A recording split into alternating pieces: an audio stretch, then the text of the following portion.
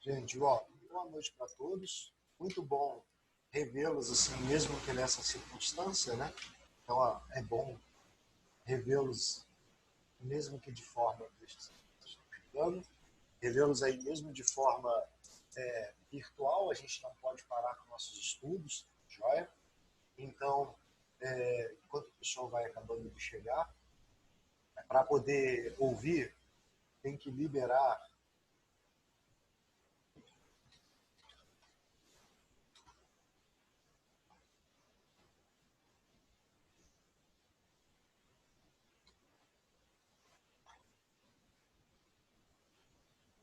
para poder ouvir, tem que liberar o áudio, né?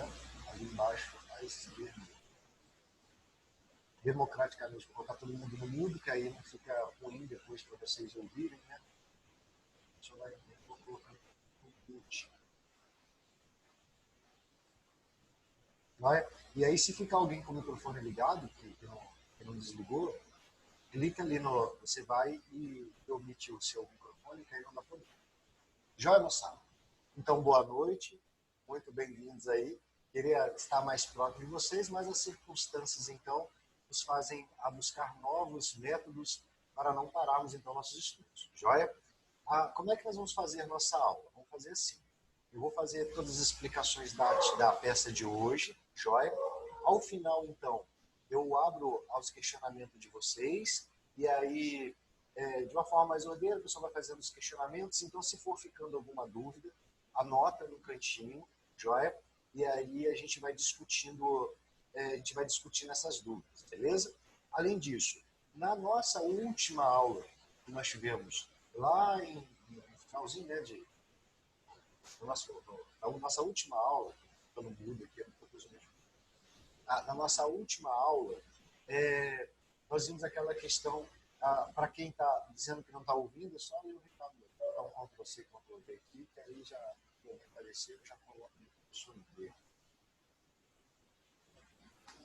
Então, olha só, na nossa última aula que nós tivemos, eu passei para vocês o alvará judicial, correto?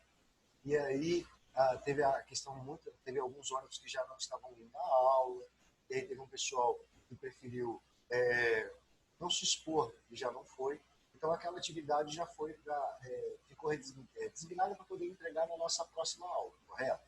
Então ao final dessa aula também eu faço algumas explicações sobre aquela atividade, mais a atividade então da aula de hoje. Aí se mesmo assim ficando dúvidas, a gente vai tirando, beleza?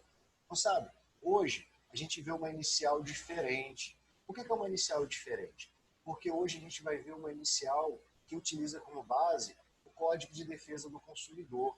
E aí, o que acontece? Vocês ainda não tiveram um CDC de forma teórica, sabe? Então eu já separei um material para a gente ir discutindo. Desculpa. Só que o CDC, ele é muito prático. Por que ele é muito prático?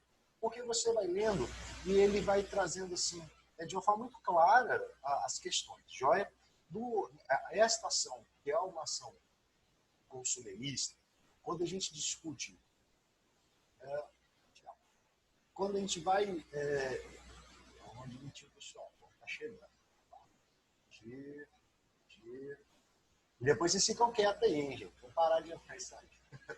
Vamos lá. Quando a gente utiliza o Código de Defesa do Consumidor, a primeira coisa, então, coisa boa. Puxar a cadeira e fiquem à vontade.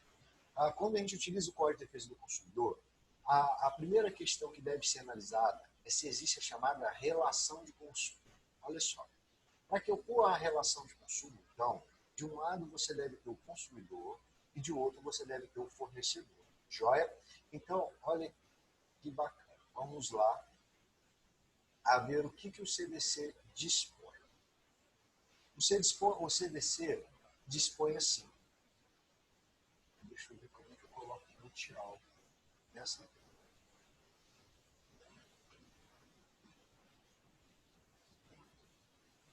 Gente, quem for chegando então, coloca o microfone no mudo para não atrapalhar.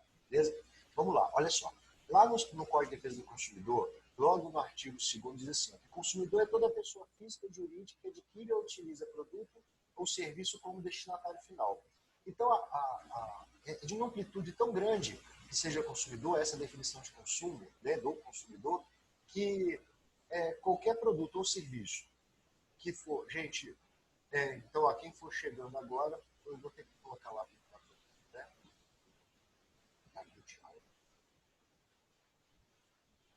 Se ocorrer a questão lá do barulho, tiver conversando, vocês me avisam pelo chat ali, que eu recebo a notificação, tá? Vamos lá. Então, para que ocorra, para que seja definido como consumidor, pode ser pessoa física ou jurídica, mas tem que ver a questão do produto ou serviço como destinatário final, correto? Agora, olha a figura do fornecedor. A figura do fornecedor é tão ampla, ou seja, não importa se é pessoa física, jurídica, pública, privada, nacional, estrangeira. Gente, a definição é tão vasta que basta, então, o indivíduo que desenvolve atividade, produção, etc., ele se caracterize como fornecedor para que ocorra, então, o que nós chamamos de relação de consumo. Então, para aplicar o CDC, deve ocorrer uma relação de consumo. É muito mais difícil não preencher a ideia disso daqui, ó, do destinatário final, do que o indivíduo ser fornecedor, porque nesse campo de fornecedor ele não foge. Agora tem que ver se ele é o consumidor de destinatário final do objeto. Porque se ele não for, não tem como, por exemplo, descobri um segredo aqui, ó. Poder colocar a música todo mundo, não precisa sair, ótimo. Então, é mais fácil vigorar a questão do fornecedor do que próprio do consumidor, beleza? Por que eu estou explicando isso? Porque se aplica o CDC, ele traz diversas vantagens, então, que só na relação de consumo existem. Olha que legal o que diz o artigo 6º do inciso 8º do CDC. Ele traz lá que são direitos básicos do consumidor. E depois vocês leiam os demais incisos do artigo 6º, que eles são bem interessantes para vocês entenderem como o consumidor é protegido pelo CDC. Joia? E olha só, ele diz lá no inciso 8º, a facilitação da defesa de seus direitos, inclusive com a inversão do ônus da prova. A inversão do ônus da prova, ela foi um instituto criado pelo Código de Defesa do Consumidor de 1990. Então, hoje há a possibilidade da inversão do ônus da prova, a questão da divisão dinâmica da prova, mas isso nasce lá atrás com o Código de Defesa do Consumidor. Joia? Mas olha só, então ele traz a facilitação da defesa de seus direitos, inclusive com a inversão do ônus da prova. Mas que para que possa ocorrer a inversão do ônus da prova, o juiz deve verificar duas situações. Olha só, for verossímil a alegação. Isso daqui é o que nós chamamos de verossimilhança da alegação. Joia? Ou quando for ele hipossuficiente.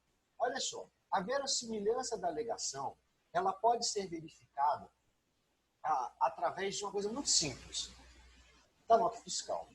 Ou ainda, ele pode ser verificado através da comprovação, então, de qualquer documento que comprove uma relação de consumo. Vou te dar um exemplo. Quando você pega e, por exemplo, contrata uma empresa, uma prestadora de serviço ou uma empresa de crédito, vamos supor, uma empresa de cartão de crédito. Quando você... Deixa eu aceitar o povo aí. Quando você, então, contrata uma empresa de cartão de crédito, imagine a seguinte situação. Você fez lá um contrato de adesão, isso não é ilegal, o contrato de adesão não é legal, a cláusula abusiva no contrato de adesão que mas tudo bem. Você, então, fez um contrato de adesão, e aí o que acontece? O contrato é uma situação. Esta empresa de crédito, então, ela emite um boleto, e neste boleto, por exemplo, tem um valor irregular, ela está te cobrando um valor a mais. Right? Então, o que acontece? Para eu comprovar, então, essa relação e a possibilidade da inversão, bastaria eu juntar o boleto com a cobrança devida. Isso já gera o que nós chamamos de verossimilhança da alegação. E aí, olha só, ou quando for ele hipossuficiente. Gente, a doutrina, a jurisprudência, principalmente do STJ, tem entendido que, muito embora tenha escrito um ou ali, ele deve ser preenchido os dois. E esse hipossuficiente que está aqui do Código de Defesa do Consumidor não tem nada a ver com aquela declaração de hipossuficiência da justiça gratuita. Sabe o que é um consumidor hipossuficiente? É aquele que é a parte vulnerável na relação de consumo. E isso é muito fácil verificar numa relação de consumo. Imagine a seguinte situação.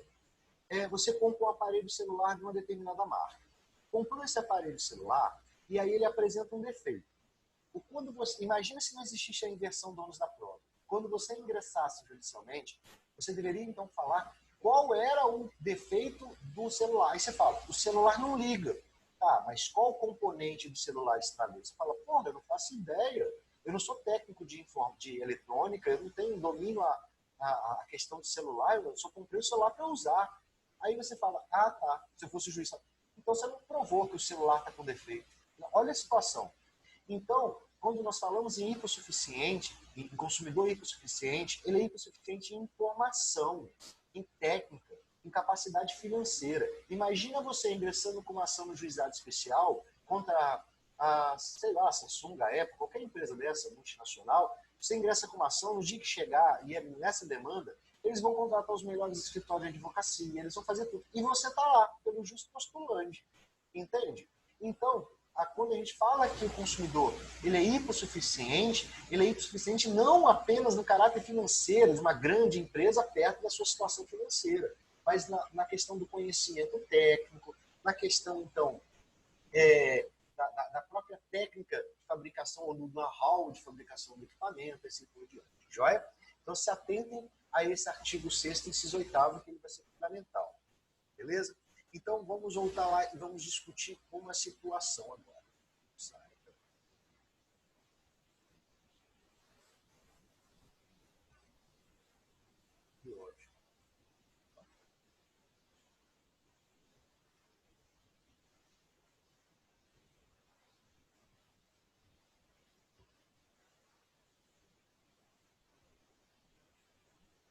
Entendeu? Foi tudo tão lindo, né? Eu esqueci onde que aperta o botãozinho para sair da tela. Enfim, deixa aberto aqui já isso. Olha só, imagina a seguinte situação. Então você pega e, e contrata uma empresa de crédito. Supondo, uma empresa de crédito. Aí, você contrata uma empresa de crédito. Essa empresa de crédito, ela pega então e você contrata um cartão de crédito. Por exemplo, vou contratar o cartão, sei lá, o cartão X. Beleza, você contratou esse cartão e aí ele chega, achei, aqui. Aí ele chega e aí você fala assim, eu quero uma facilidade na minha vida. Beleza. Qual facilidade? Você vai colocar então a fatura do cartão de crédito em débito automático. Olha a situação, débito automático. Ou seja, você não quer ter trabalho de todo mês ter que pagar a fatura desse cartão de crédito, correto? E aí, vamos supor, você fez as suas compras e essas compras seriam de R$ 1.000. Um dia você vai no banco e aí vai tirar o extrato da sua conta e se depara com uma situação. Você fala assim, foi cobrado aqui R$ 8.000 de fatura. E o pior, como era débito automático, o banco pagou, porque você tinha um cheque especial, e aí como você tinha um cheque especial, o banco foi lá e cobriu então esse boleto, pagou, débito automático, cheque especial, está dentro do limite, pagou. Beleza. Aí você pega e liga para a empresa, fala, olha empresa de cartão de crédito, vocês fizeram uma cobrança indevida, estão me cobrando aqui um valor a mais do que eu deveria pagar. Aí beleza, esta empresa fica enrolando. Só que imagine a seguinte situação, ela fez uma cobrança indevida, só que você já pagou essa cobrança indevida. Você não teve nem a oportunidade de pegar e fazer um pedido para poder consertar o boleto, etc. Beleza, pagou o boleto. E agora? E agora, olha que bacana, o Código de Defesa do Consumidor trouxe prevista essa situação. Essa situação está prevista aqui, no Código de Defesa do Consumidor, no artigo 42. Olha o que ele diz.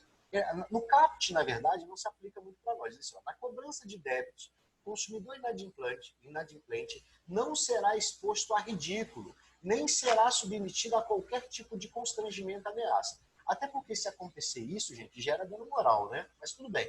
Agora, olha o que diz o parágrafo único do artigo 42. Ele diz assim, o consumidor cobrado em quantia indevida, observa isso, tem direito à repetição do indébito por valor igual ao dobro do que pagou em excesso, acrescido de correção monetária e juros legais, salvo hipótese de engano justificado. Joia? Presta atenção que aqui tem algumas palavras-chave. Então, o consumidor ele tem um direito. Se aqui a empresa fez uma cobrança indevida e você pagou, já gera o direito de receber o valor em dobro.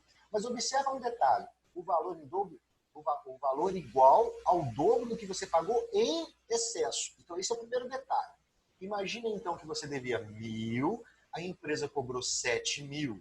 Então, se ela cobrou 7.000, você tem direito à diferença do que ela está cobrando. Ou seja, 1.000 para 7, 6.000. Então, o dobro, 12.000. Joia?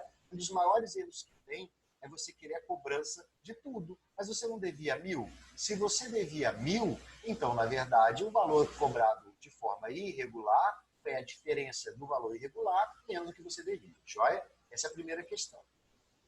Segunda questão. Olha só. Salvo hipótese de engano justificável. Gente, engano justificável não é cobrar e tipo, foi sem querer, desculpa, me perdoe. Não, não é assim. Joia? Então, quem vai ter que demonstrar esse engano justificável é o réu. Não é você como autor tem que falar, olha, não é um engano justificável. Lembra disso. Vocês não jogam para os dois times, vocês trabalham para o time do autor. Beleza? Então, imagina a situação que a gente estava discutindo. Olha, a empresa de crédito, o cartão de crédito, cobra um valor irregular, joia? Você pega, sua conta estava no débito automático, foi pago, então, isso de forma automática, joia? Então, foi pago automático esse boleto, essa diferença de excesso, beleza. Então, você tem um direito ao dobro. Olha que bacana, o dobro desse valor que foi cobrado a mais. Esta é a ação que nós chamamos de ação de repetição de indébito. Joia? Só que pensa comigo. Agora eu vou abrir o nosso caso aqui. Ó. Olha o caso que a gente vai trabalhar. É um caso bem curtinho, tá? Fica tranquilo. Ó, vou rolar para vocês. Não é de boa, é um caso simples. Não é. Todos os casos que trabalham com defesa do consumidor, eles são casos que trazem bastante detalhes. Sabe por quê? Porque vai ter alguma coisa que chateou o seu cliente. Olha só que interessante. O Marcelo, então, ele é um MEI, ele é um microempreendedor individual, joia? Ele reside lá em Congonhas, em Minas. Então, ele te procurou, falando que lá no dia 10 de janeiro, ao ele consultar o extrato bancário dele, ele tomou um susto, porque a empresa de cartão de crédito tinha feito uma cobrança indevida.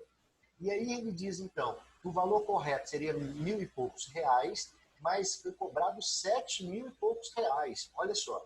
E aí, além disso, que a conta do Marcelo ela é coberta por cheque especial. Então, como ele era cheque especial e estava dentro do limite, o banco lá, Super Dindim, pagou o boleto. E aí, olha só, primeira situação. Gente, não caiam na besteira de pensar em culpa do banco, não. O banco não fez nada de errado. O banco não pagou um cheque que estava assustado, ele não pagou um cheque que era clonado, nada disso. Ele estava no exercício regular do direito. Ou seja, chegou um boleto, débito automático, tem fundos, tem saldo dentro do cheque especial, pagou, beleza? Então não pense mal do banco. Nesse caso, não. Joia? Beleza. E aí vem continuando o caso, então, que o cliente entrou em contato com a empresa, lá em 12 de janeiro de 2020, foi registrado um protocolo, e aí a empresa foi criando uma série de dificuldades. E aí o Marcelo, então, chateado, ele liga para a ouvidoria, então, da empresa, gera um outro protocolo, e nessa ouvidoria, que é como se fosse uma instância superior do procedimento administrativo dentro de empresa, eles prometem, então, que ocorreria no máximo em 15 dias. Beleza. Marcelo, então, com maior boa-fé, espera os 15 dias e começa a entrar em contato com a empresa. Só que a empresa começa a inventar um monte de dificuldade para devolver o dinheiro. Olha que caso bem real do dia a dia. Beleza. Só que não é só isso. Aqui embaixo, ó, tem uma série de números de protocolos para vocês para mostrar quantas vezes o Marcelo ligou. E imagina quantas vezes o Marcelo se chateou ligando para essa empresa. Imagina que cada uma delas demora uma meia hora para conseguir falar, tem que repetir os dados todas as vezes. Imagina como é que ele se chateou, beleza? Só que ó, olha essa série de detalhes que vem aqui. Ó. Agora, ó, Marcelo teve sérias dificuldades financeiras em decorrência da cobrança indevida.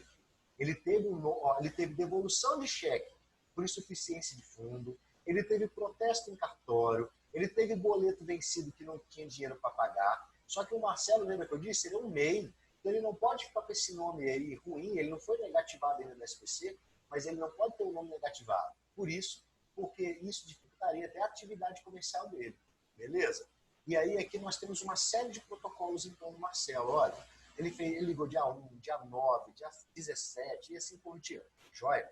E aí o que acontece? Então o Marcelo te procurou porque ele está chateado, porque ele não conseguiu resolver a situação, beleza?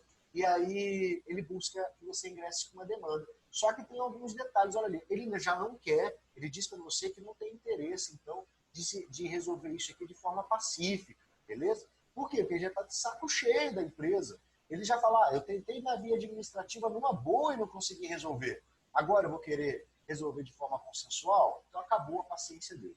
O que eu quero chamar a atenção nesse caso aqui? Para vocês, vocês acham que incide, por exemplo, dando moral nisso daqui? Ou isso daqui é um mero aborrecimento?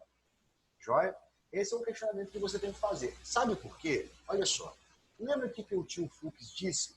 Que ele falava que o dano moral é aquele dano que aflige a alma, que é um dano subjetivo, que ele não é um dano que é possível palpar, mas só a pessoa que sente o dano sabe, então, a dimensão desse dano. Beleza? E aí eu te pergunto, este caso é um caso de mero aborrecimento ou é um caso, então, que teve dano moral? Olha, lembrando um pouco dos conhecimentos teóricos que vocês têm sobre dano moral, eu falo com você, isso daqui não é um simples acidente de trânsito que gera dano moral, não. Aqui a empresa cobrou errado, joia? Tem dificultado ele a pagar, e esse ato da empresa vem criando tanta dificuldade na vida financeira do próprio Marcelo, joia? Então isso aqui não é... Deixa eu liberar a galera para entrar e colocar no silencioso democraticamente. Depois eu abro o áudio, tá, gente? Como eu disse, depois a gente abre o áudio para a gente poder discutir, para não atrapalhar a galera ouvir, senão fica ruim o áudio, beleza? Então, olha só, isso aqui não é mero aborrecimento, cabe dano moral. E aí, então, eu queria chamar a atenção a alguns artigos de vocês. Olha aqui, não é por aqui.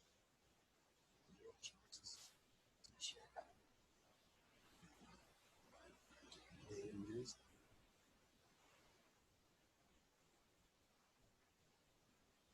Olha o que diz o artigo 5º, inciso 5 da Constituição Federal. Ele diz lá então, ó, que é assegurado o direito de resposta proporcional ao agravo, além da indenização por dano moral, desculpa, material, moral ou à imagem. Joia? Vou botar a galera no grupo que chegou aí. Beleza.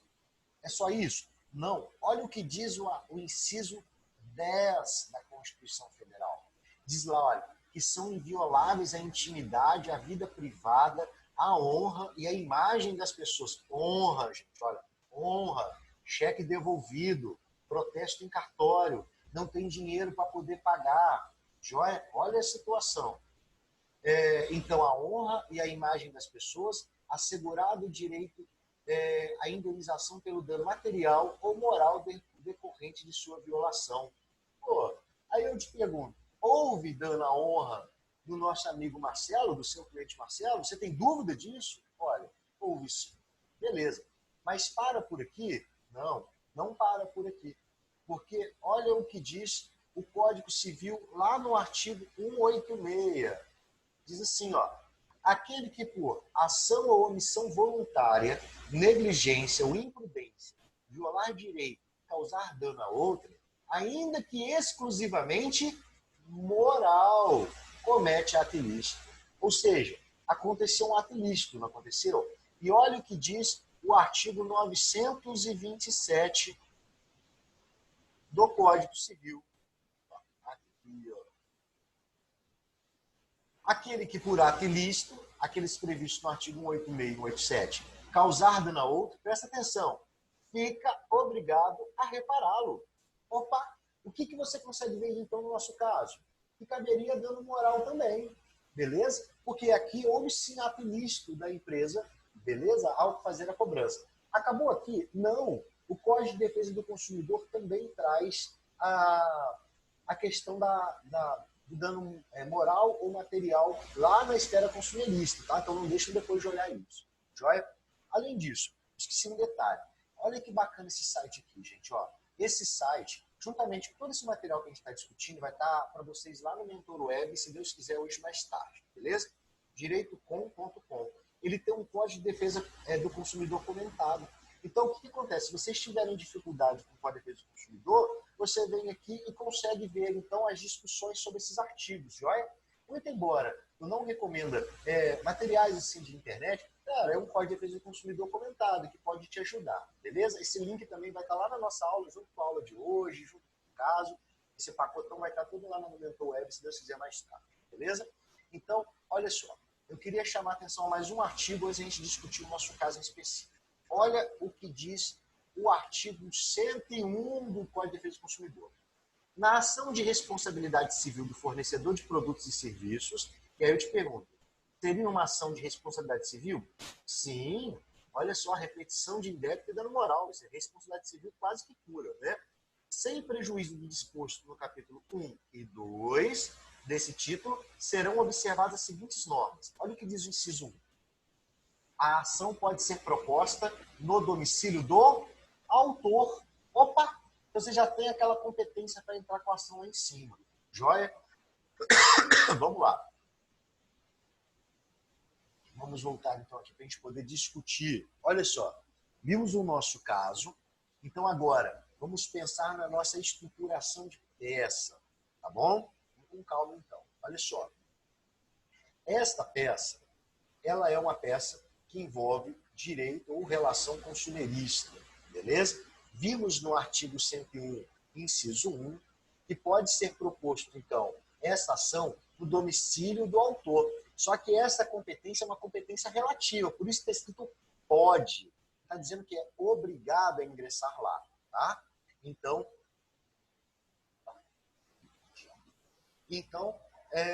ele pode ingressar lá, mas não quer dizer que ele é obrigado a ingressar. Mas pense comigo, que consumidor em sã consciência não vai ingressar com esta ação no próprio domicílio, beleza?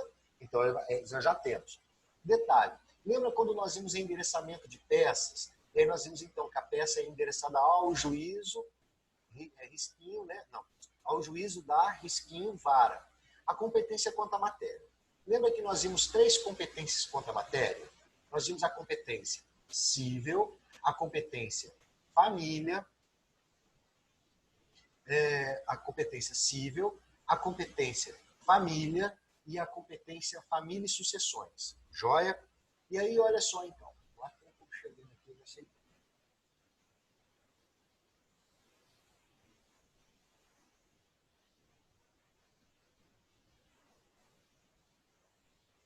Então, cível, família e sucessões. Joia? E aí, olha só, este caso que a gente está trabalhando é um caso de que matéria? Cível. Então, você já sabe que ela vai ser endereçada à competência cível, beleza? Além disso, a competência de foro. Gente, nós vimos no artigo 101, inciso 1, que vai ser no domicílio de quem? Do autor, beleza? Então, vamos lá. A questão do endereçamento. Olha, aqui o endereçamento, então, está fechado, que é cível, e a competência de foro é o domicílio do autor, do consumidor. Agora, a qualificação do autor. Gente, a qualificação do autor segue o mesmo padrão. Nome, nacionalidade, estado civil, profissão, a questão do CPF, domicílio, joia, inclusive com a questão do e-mail. Então, segue o mesmo padrão de todas as peças que nós vimos até agora. Esta peça depende, sim, da questão do advogado. Você vai colocar lá, através de seu advogado. E não esqueçam, então, de trazer todos os dados advogados. Todas as peças já estão corrigidas, então, na nossa próxima aula vocês vão receber todas. Tem muita gente que esqueceu de colocar o endereço do advogado. Rua, número, bairro, cidade, Lembra que a qualificação do advogado tem que ser completa, beleza? Então, você colocar através do seu advogado, nome do advogado, escrito na OAB, /UF, um risquinho, sob número, outro risquinho, né? Procuração anexa, com endereço profissional cívico, na rua, número, bairro, cidade, UF, CEP, endereço eletrônico. Ou seja, mesma coisa que nós vimos até agora. Joia? Além disso, local onde recebe todas as intimações, demais notificações sobre penas de nulidade. Concluir, então, qualificação do autor, qualificação do advogado. Agora vamos passar, então, obviamente, você vai colocar bem, respeitosamente, a presença de Vossa Excelência, Agora eu quero chamar atenção à pré-fundamentação. Gente, macete para vocês. Macete, e quem está falando desse macete, quem está corrigindo as atividades de vocês. Então presta atenção. Olha, galera, sempre comecem com o CPC. Esta é a principal dica. Sempre comece com o CPC. E aí, além de sempre começar com o CPC, se não for procedimento de jurisdição voluntária, aqueles lá expressos no artigo 725, cara, você vai aplicar o 319. Então, toda petição inicial você tem um artigo 319 já de cara.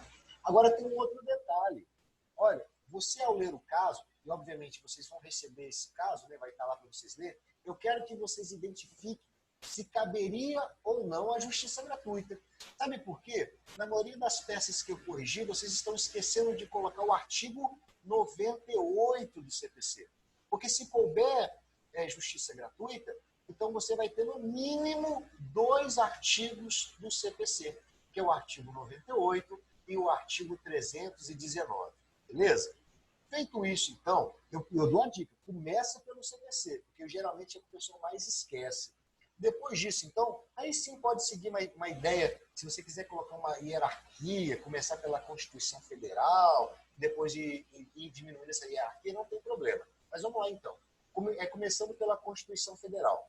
Nós vimos, então, que tem 2 artigos aí que cabem. Na verdade, é um artigo com 2 incisos, né? O artigo 5º, inciso 5 e o inciso 10. Eles se aplicam nesse caso, beleza? Outra pré-fundamentação, o Código de Defesa do Consumidor. Lei especial, você vai colocar, essa é uma lei que aplica esse caso. Então, nós vimos que se aplica o artigo 2, o artigo 3, porque o artigo 2 fala quem é consumidor, o artigo 3 fala quem é fornecedor. Então, esses 2 cabem, beleza? Depois disso, o artigo 6º, inciso 8º, por causa da inversão do ônus da prova, beleza? Além disso, o artigo 42, parágrafo único, nós acabamos de ver que o que vai realmente fundamentar a nossa ação é o 42, parágrafo único. Então, pelo amor de God, não me esqueçam do 42, parágrafo único, beleza? Acabou? Não, vocês são narcisistas. Vocês têm que mostrar que sabe que você está entrando com essa ação no domicílio do consumidor, porque está lá escrito no artigo 101, inciso 1, do Código de Defesa do Consumidor. Então, você coloca ele na pré-fundamentação. Joia? Fechamos, então, a pré-fundamentação do Código de Defesa do Consumidor. Vimos, então, que aplica o Código de Processo Civil, a Constituição Federal e o Código de Defesa do Consumidor. Beleza? Estamos tranquilos? Joia. A galera tem esquecido de colocar o verbo, moçada. Qual é o verbo que eu utilizo na petição inicial? Propor. Lembra disso? Ou ainda, propor. Tanto faz, mas tem que colocar o verbo propor lá. Nome da ação. Cuidado, hein? Vamos ao nome da ação. Esta é uma ação de repetição de indébito. Joia? É uma ação de repetição de indébito. Este é o nosso primeiro nome de ação. Só que nós vimos que mais que você vai pedir aí? Você não vai pedir os danos morais, que inclusive eu acho que nós esquecemos de falar na pré-fundamentação. Eu não estou lembrado agora se eu falei. Se eu não falei, artigo 186 e artigo 927 do Código Civil. Não, eu não tinha falado, lembrei agora. Então, na pré-fundamentação entra. Vamos dar uma passagem de novo na pré-fundamentação para quem não pegou, né? Artigo 2 e artigo 3 do Código de Defesa do Consumidor. Artigo 6º, inciso 8º do Código de Defesa do Consumidor. Artigo 42, parágrafo único do Código de Defesa do Consumidor. Artigo 101, inciso 1 do Código de Defesa do Consumidor. Beleza. Da Constituição Federal, artigo 5º, inciso 5 e inciso 10. Joia? Do Código Civil, artigo 186 e 927. E do Código de Processo Civil, o 98, você deixa uma interrogação para ver se cabe no caso ou se não cabe no caso. Joia? E ainda o artigo 319, que é a petição inicial. Perfeito? Então, nós fechamos agora direitinho a pré-fundamentação da peça. Então, o nome da ação. ação de repetição de indébito cumulada com danos morais. É o que você quer. Galera, e eu quero chamar a atenção. Eu já vi algumas vezes essa atividade simulada, em prova de ordem, etc., e tem algumas pessoas que caem na besteira de pedir tutela de urgência. Olha só, se o nome dele tivesse sido incluído no SPC e Serasa de forma indevida, caberia a tutela de urgência. Mas aqui, se você pedir a tutela, o próprio método da ação já é a devolução do dinheiro em dobro. Então, se você pedir uma tutela aqui, você vai jogar contra o seu cliente, porque o juiz pode determinar, então, um depósito em juízo do valor que você vai receber. Então, não vai adiantar de nada. Joia? Então, não cabe tutela de urgência aqui. Beleza. Outra questão. Da qualificação do autor, eu sei que é das perguntas que eu tive nas outras aulas. Olha só, você não está entrando com a pessoa jurídica dele, MEI. O MEI que está servindo aí é para você falar a profissão dele. Tá? Então, a qualificação do autor é qualificação de pessoa física maior, normal. A ideia do MEI é para mostrar o prejuízo que ele pode ter nessa questão da demora, na questão da não cadeia da tutela, mas nesse prejuízo do dano moral que a empresa trouxe. Beleza? Vamos lá, então. Qualificação do réu. A qualificação do réu, gente, é qualificação de pessoa jurídica, lembra? E aí, o que muda da qualificação da pessoa jurídica? A qualificação da pessoa jurídica, ele vai ter a alteração da questão que não tem CPF, né?